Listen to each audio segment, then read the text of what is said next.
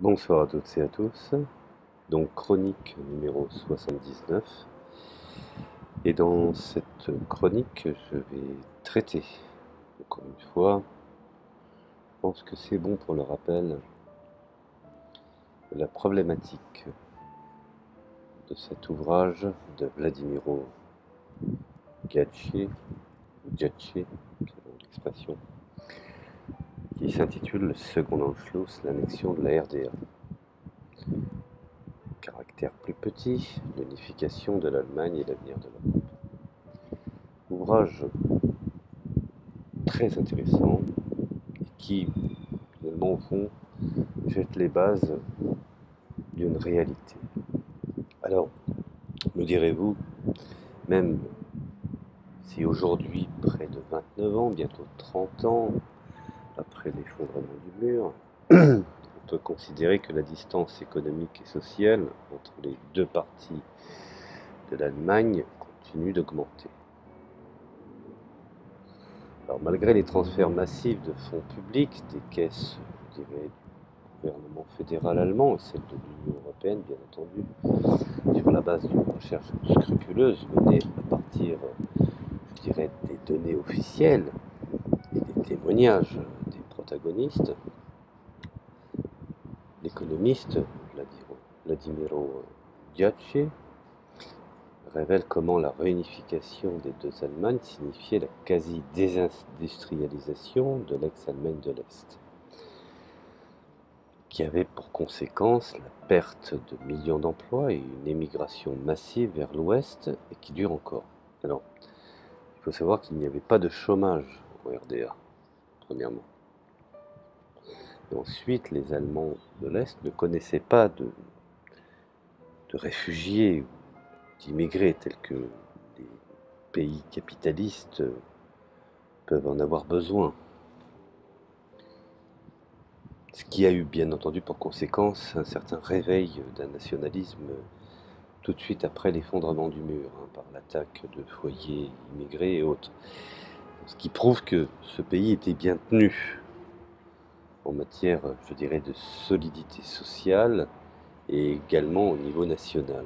Cela fait grincer un peu les dents de ceux qui aujourd'hui se plaignent effectivement d'être, je dirais, noyés dans une dimension de ce qu'on pourrait appeler, ou de ce que certains appellent le grand remplacement, qu'il n'y avait pas, bien entendu, dans les pays l'autre côté du mur.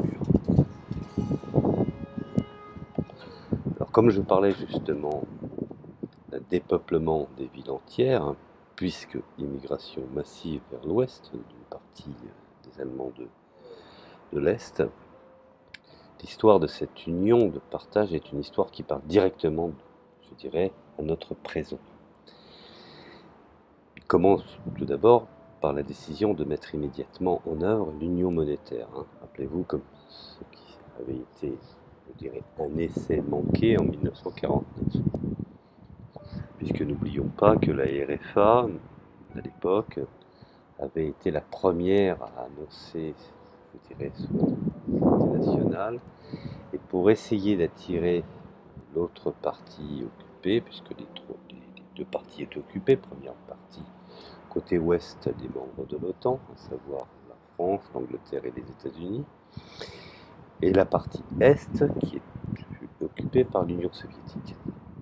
Donc cette union monétaire n'a pas pu se faire puisque les systèmes, je dirais, économiques étaient diamétralement opposés. C'est une des raisons pourquoi, après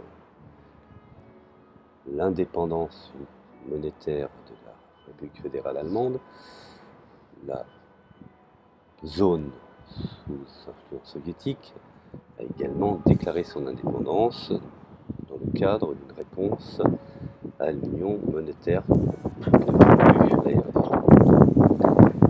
Alors,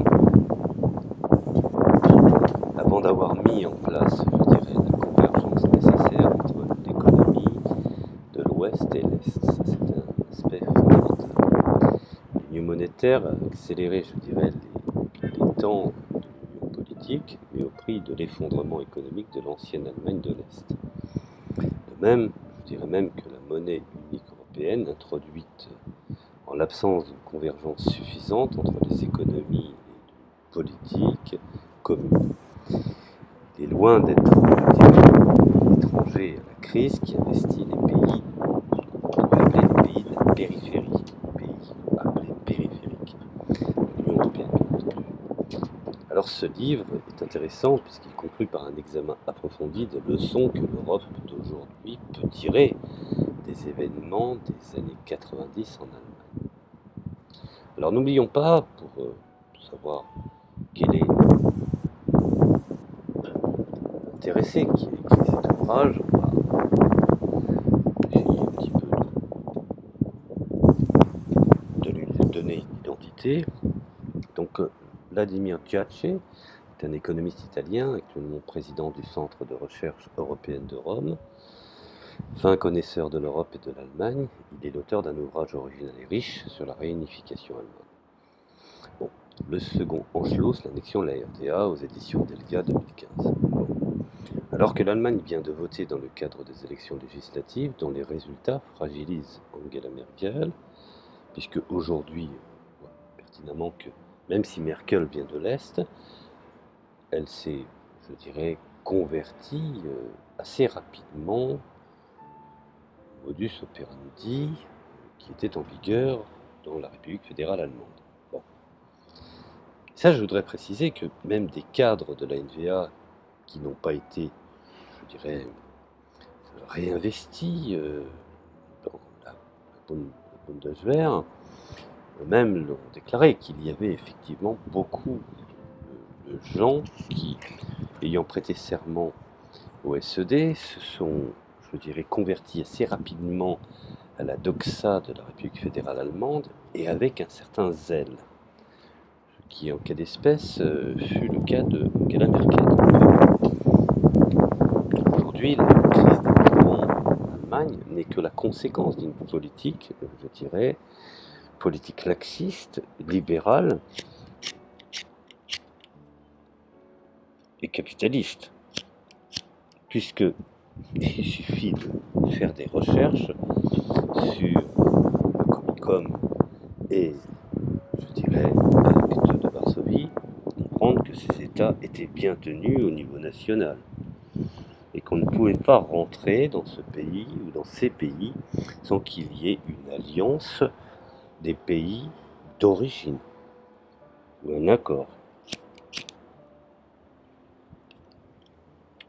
On oublie de dire que souvent le pacte de Visegrad est une des conséquences d'une politique autoritaire qui s'était organisée depuis la fin de la Seconde Guerre mondiale et de l'imprégnation d'un domaine, je dirais, socialiste et de république populaire autoritaire de l'époque. Et cela, bien entendu, a eu des conséquences de laisser la population, je dirais, dans une certaine dynamique culturelle. Alors revenons à l'Allemagne.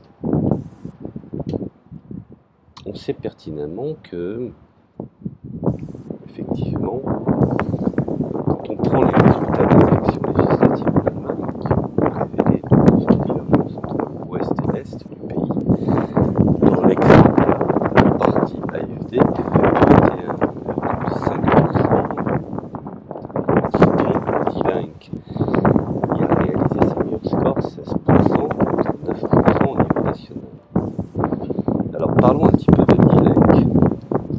Die Linke est la forme mélanchoniste, je dirais, du l'ex-parti composant, ou les copeaux, on pourrait dire, ex-membres, je dirais, du SED. Malheureusement, ils adhèrent à un concept que je ne partage absolument pas, qui est une forme de trahison de l'idée socialiste qui était en vigueur dans les pays de l'Est, qui est par exemple une certaine, je dirais, universalité à tous azimuts. Alors, je vais commenter un article, question-réponse, qui était, je dirais, effectué entre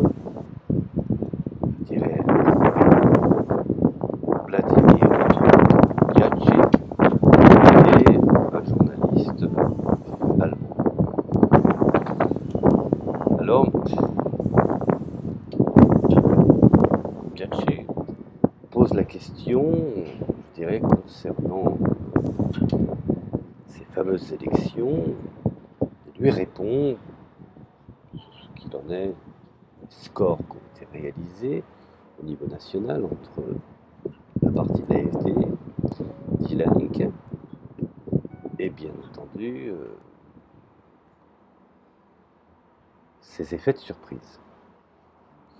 Alors pour Vladimir Gatché, par exemple, aucune surprise. En effet, c'est la conséquence d'un pays qui reste toujours divisé 27 ans, selon l'article de l'époque, après son unification.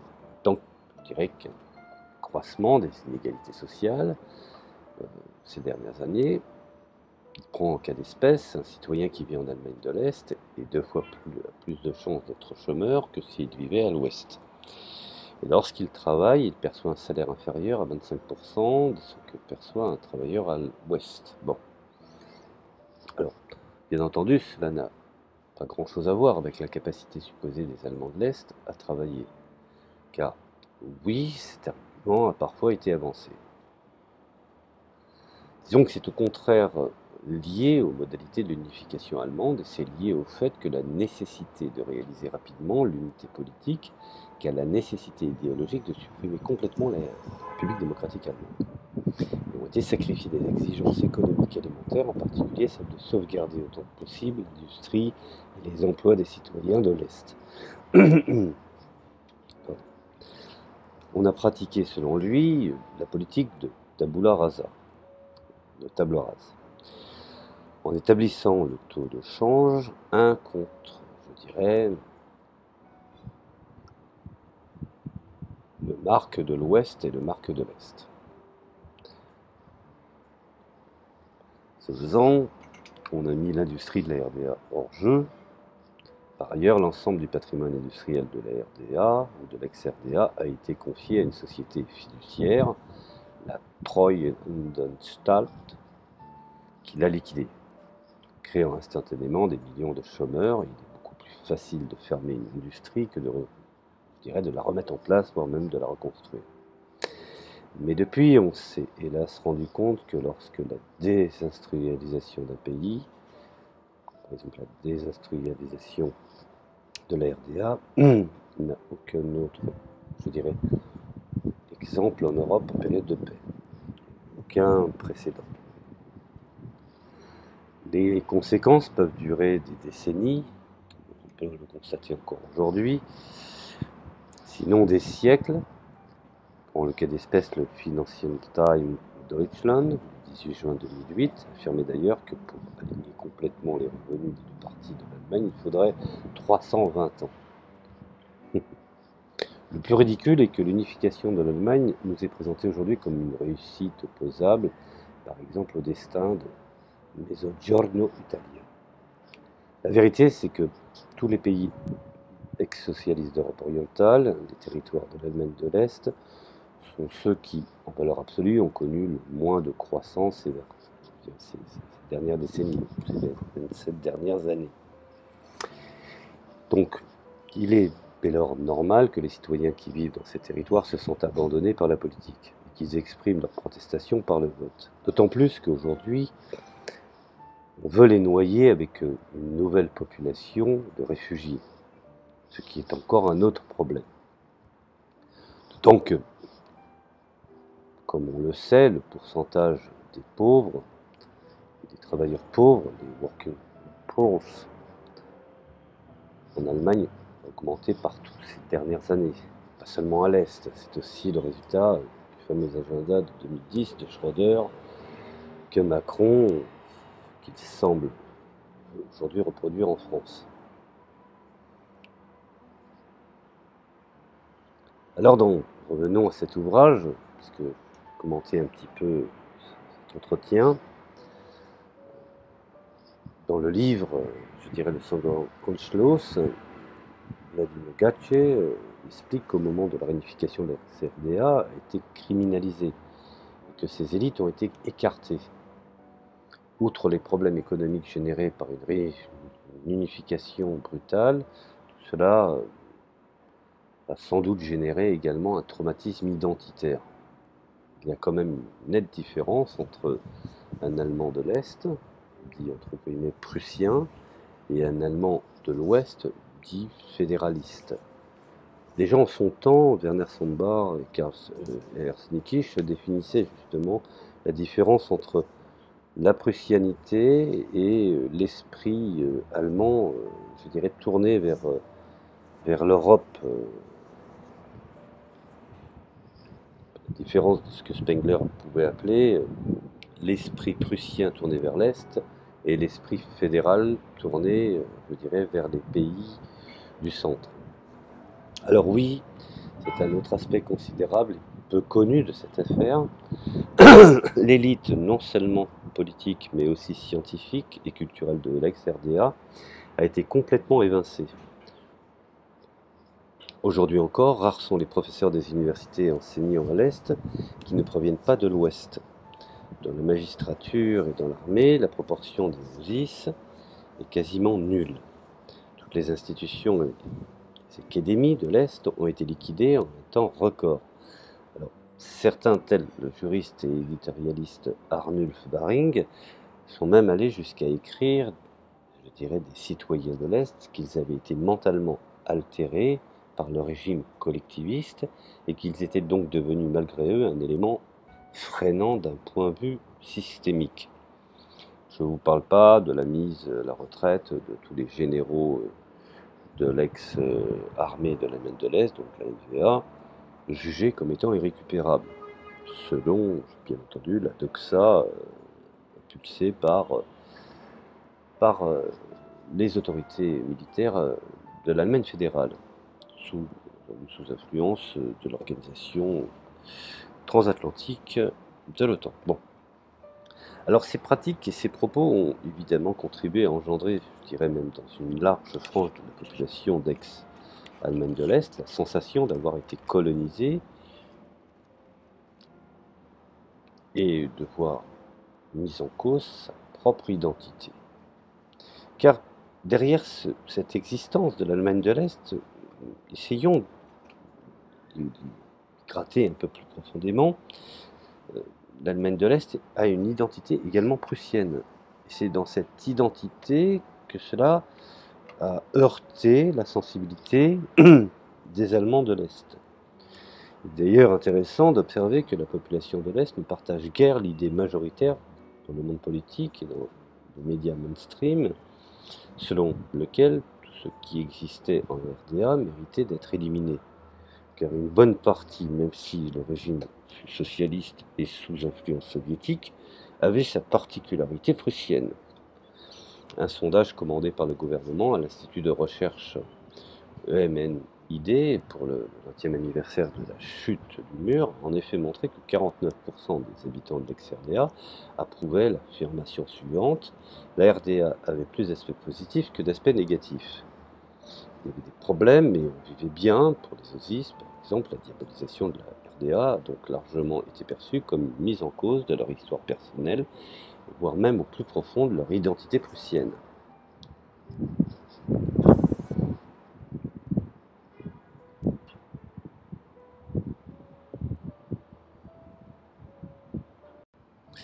Nous observons un phénomène aussi assez étrange.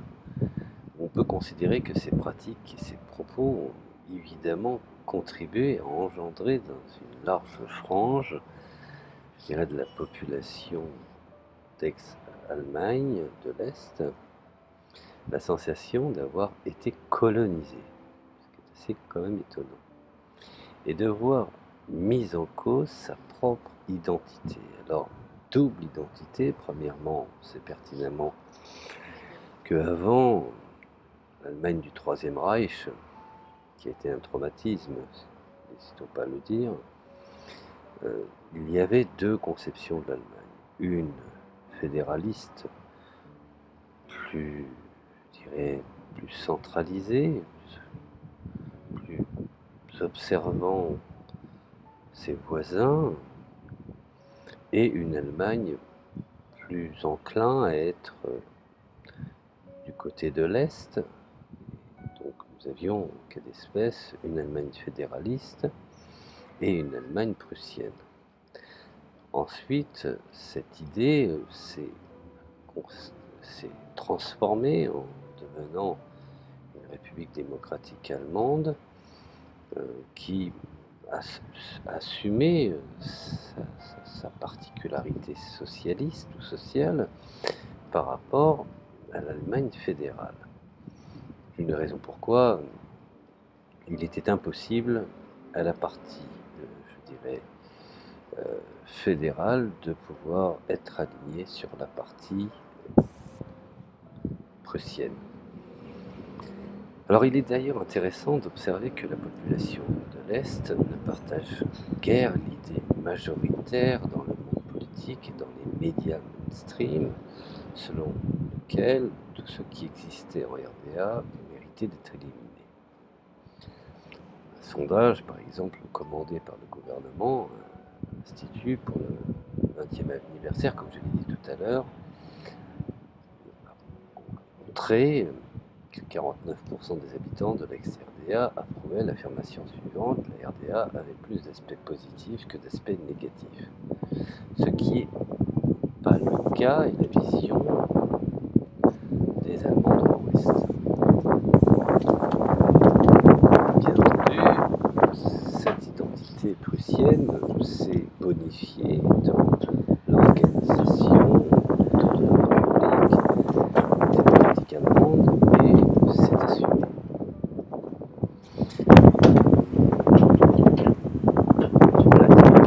Gachet explique également que l'unification allemande s'est faite par la monnaie, que c'était une si mauvaise idée que le patron de la Deutsche Bank de l'époque, Karl Otto Pohl, était tout à fait contre. Lui-même fut ensuite un farouche opposant à la mise en place de l'euro. Alors, existe-t-il, selon lui, des similitudes entre l'unification monétaire des deux Allemagnes et la création de la monnaie unique européenne? Revenons au témoignage de Karl Otto Pohl. Et cela est assez intéressant, je dirais. Alors, il était en effet opposé en 1990 à l'unification monétaire immédiate. Celle-ci, cependant, était réalisée de surcroît autour d'un Deutschmark, alors que le taux de change réel dans les relations économiques entre les deux Allemagnes était jusqu'à là de 1 pour 4,44. Du coup, le prix des marchandises produites en RDA s'est trouvé réévalué de 350%.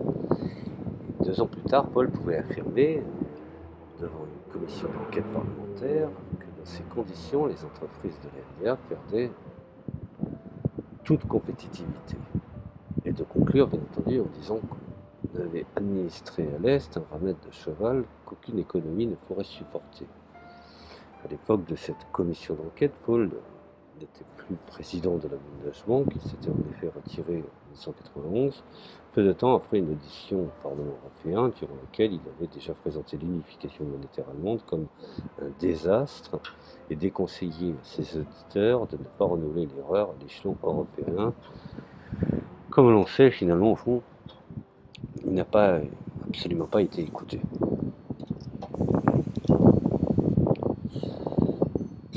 Alors, cela nous amène à penser quelles sont les ressemblances entre les deux unions monétaires. Alors, la plus importante tient au fait qu'une monnaie n'est pas seulement une monnaie, mais intègre des rapports juridiques et sociaux. Dans le cas, par exemple, de Deutschmark, il s'agissait de rapports socio-capitalistes, ceux de la prétendue économie sociale de marché allemande.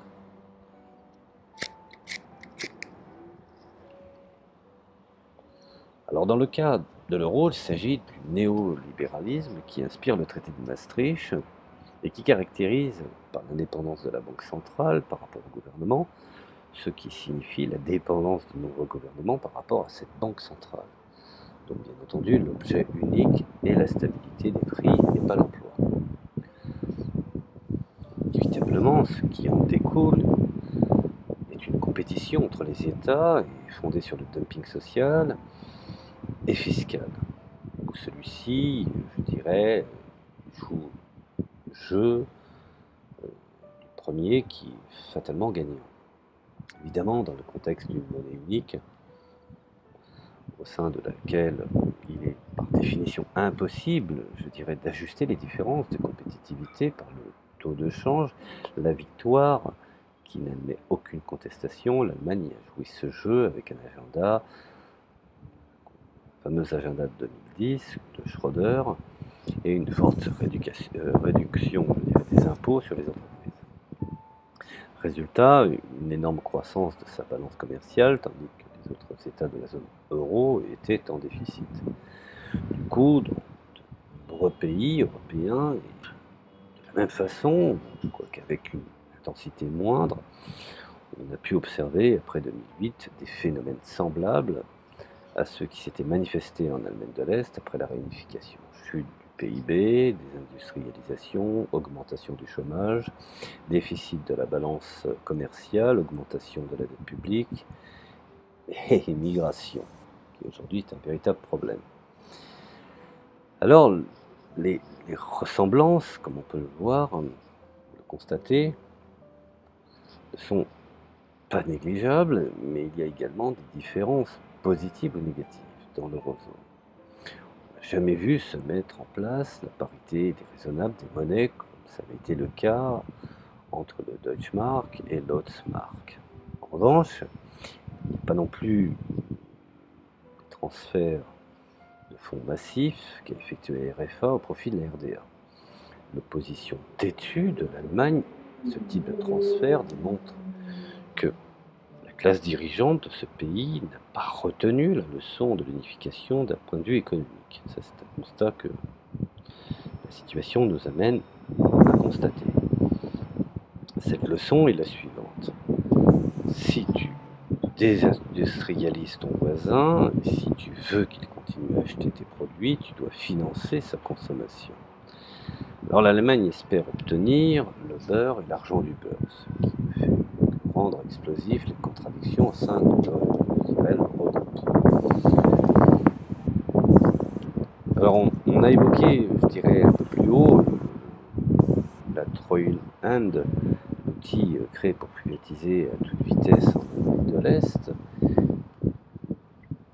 qui finalement, au fond, pourrait être assimilé comme une forme de troïka. Rappelez-vous un petit peu la politique de Gorbatchev, et qui a si durement sévi dans les pays, je dirais, d'Europe du Sud également.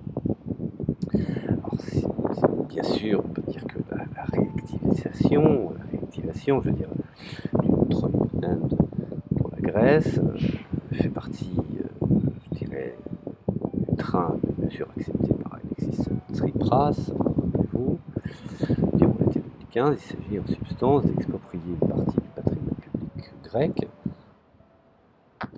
Dans le cas de l'Allemagne de l'Est, il s'agissait de la totalité, ce qui est une différence, et de le confier à une société fiduciaire placée sous le contrôle des créanciers.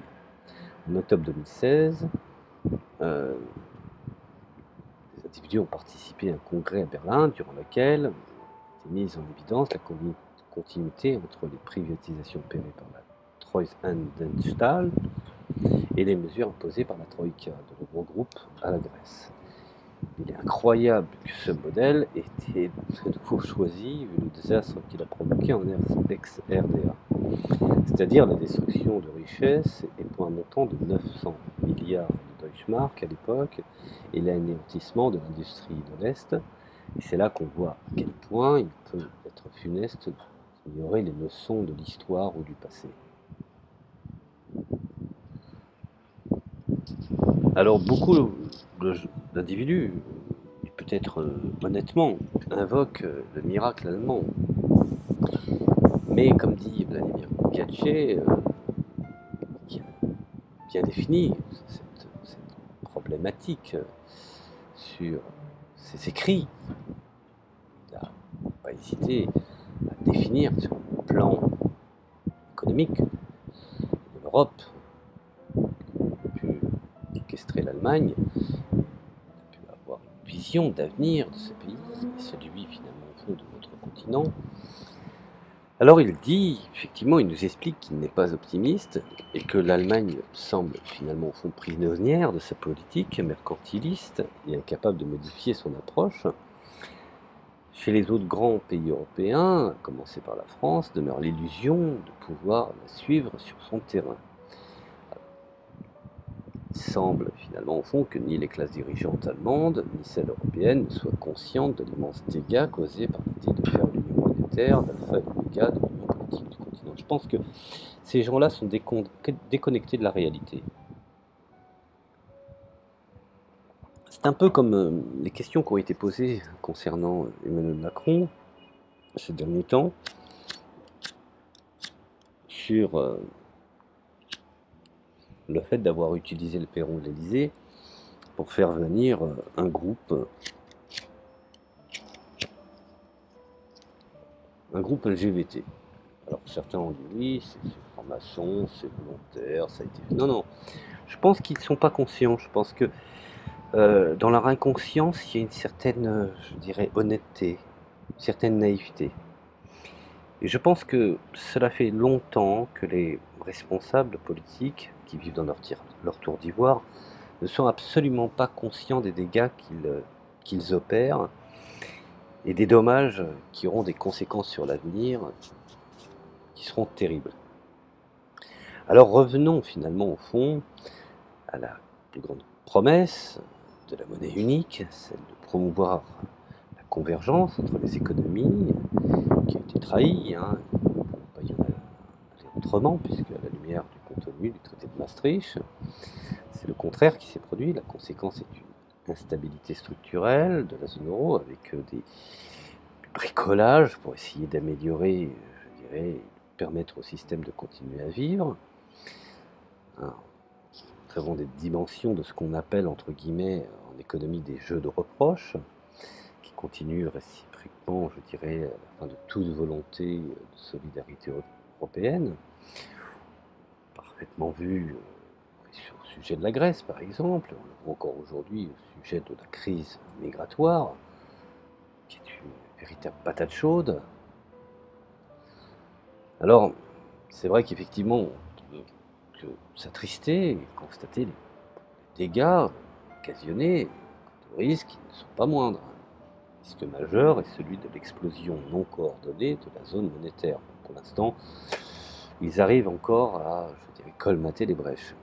Et la chose la plus raisonnable à faire, c'est de désamorcer cette bombe et de faire tous ensemble, en réfléchissant à une manière d'éliminer progressivement l'euro de la façon la moins douloureuse possible. Gatché nous informe et nous s'interroge sur le fait d'avoir constaté qu'au contraire, on continue à divaguer sur un surcroît d'intégration européenne, et cette attitude est digne de ceux qui pensent que pour résoudre les problèmes d'un immeuble construit sur de mauvaises fondations, il faut ajouter un nouvel étage. En général, c'est dans ce cas-là que les choses se terminent pas bien. Alors, voilà, bon, je voulais pas non plus aller plus loin. Je pense que c'est un ouvrage que je vous invite à lire, qui est très intéressant et qui vous donne, je dirais, un état des lieux, un inventaire de tout ce qui a été fait et qui finalement, au fond, même si la frontière n'existe plus, même s'il n'y a plus d'organisation de, je dirais, de politique et de pouvoir avec son armée, son administration, il en demeure pas moins que la RDA existe encore dans l'esprit des gens, dans leur tradition, dans leur façon de vivre, dans leur façon d'être, et bien entendu, qui prend, je dirais, appui sur un passé même antérieur à la RDA, qui fut la conception, d'une manière générale, éducationnelle, Prusse orientale. Voilà, je vais m'arrêter là. Je pense que j'ai essayé de faire une petite esquisse de compréhension de cet ouvrage ô combien important qui va finalement, au fond, finaliser un peu tous les ouvrages d'inventaire qui ont été faits sur la RDA et sur les archives de la Stasi. C'est important aussi de le souligner. Une multitude d'ouvrages ont été faits d'archivistes que je vous conseille à lire si le temps vous le permet, car c'est quand même assez compliqué. ça demande pas mal de, je dirais, de travail et de mémoire. Donc je vous remercie de m'avoir écouté pour cette chronique, et puis à l'avenir, s'il y a effectivement des nouveaux soubresauts de l'histoire, il m'arrivera de revenir sur cette, je dirais, cette existence de ce que fut cette petite république. Voilà, je vous dis merci, et merci de m'avoir écouté, et à plus tard.